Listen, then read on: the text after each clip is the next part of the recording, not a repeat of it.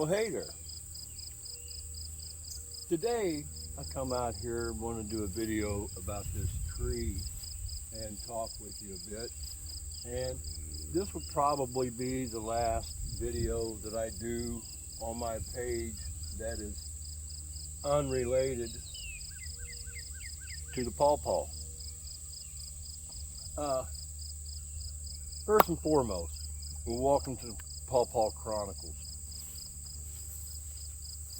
Did you know that fruit trees here in the United States are not indigenous to the United States, with the exception of the pawpaw?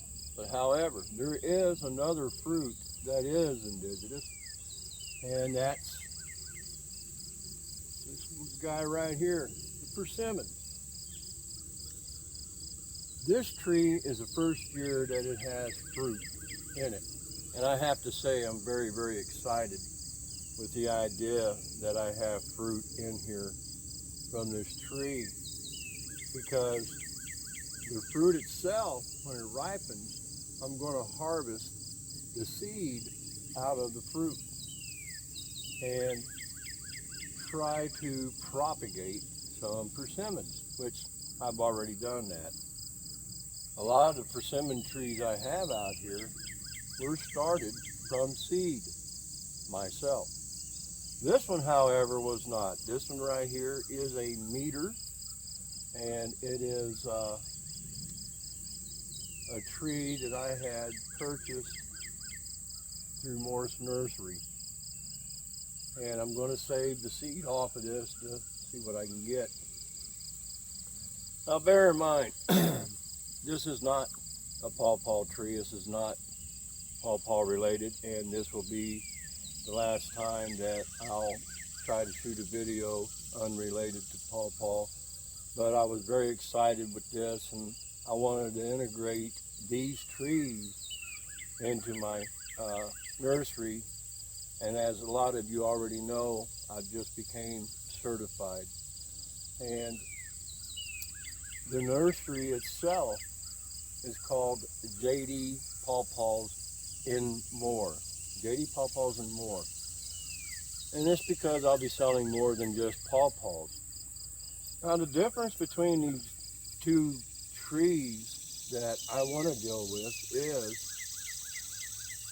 the persimmons. You have male trees and female trees. So what we're looking at here today is a female tree. And it has came out of puberty and decided to produce fruit. There's another one way up there, and there's one right here. I don't know if you can see that by the camera. There's a total of 7 pieces of fruit in this tree. That being said, I have a male tree somewhere that has broken puberty as well. Otherwise, I would not have fruit. What my intentions are to do is, in integrating these into my fruit garden is, well, not fruit garden, I apologize, into my nursery, is I'll collect scion as time goes from this tree and any of the other female trees that may produce fruit. And in the process, I'll try to identify the male trees. That way, I can set 2 separate bags apart from one another. One bag will be female scion, the other bag will be male scion. And as the rootstock grows, I'll graft into the rootstock. And when it comes time for me to get to a point of trying to sell these along with pawpaws, they'll be sold as a pair. If you want fruit from these, you have to have a pair. You're going to have a male tree, and you're going to have a female tree. And that's the reason why I wanted to share this with you as far as the fruit in this tree. Now, did you know that a lot of your fruit trees in the United States are not indigenous to the United States, with the exception of the pawpaw? The pawpaw is the only fruit that has grown in the United States, and it's now spread throughout the world through propagation. But no place else was the pawpaw found that I know of. And your persimmons is also a tree that is indigenous to the United States, but it's also indigenous to other parts of the world. And what's happened over probably countless centuries, other parts of the world have put their hands into these trees and propagated them, bred them to produce different types of persimmons, which that's a big head start compared to the United States. We're just now seeing the renaissance of the pawpaw. We're gotten to a point to where there's a pawpaw craze going on, and you see a lot of universities that are studying the pawpaw and trying to figure out ways of creating different varieties of pawpaw that possibly one day can be sold in a supermarket. Hopefully that comes, because man, they're delicious. But for now, they are a fruit that you just can't seem to find in supermarkets. They're too perishable. And I think that's the reason why people are turning to growing the pawpaw.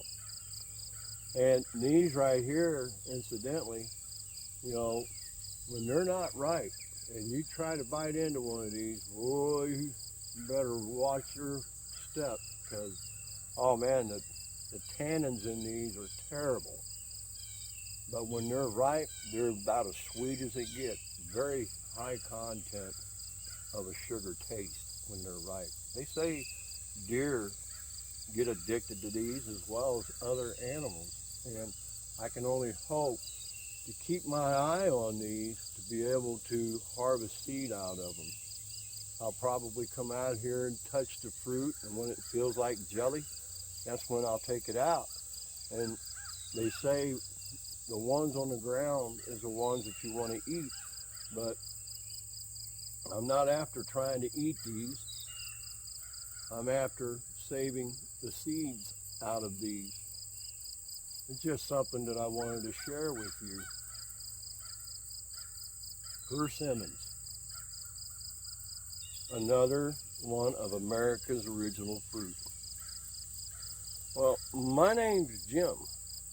If you like what you see, subscribe. Don't forget to click on that bell for notifications. Any comments or questions that you may have, I welcome. You all have a God blessed day.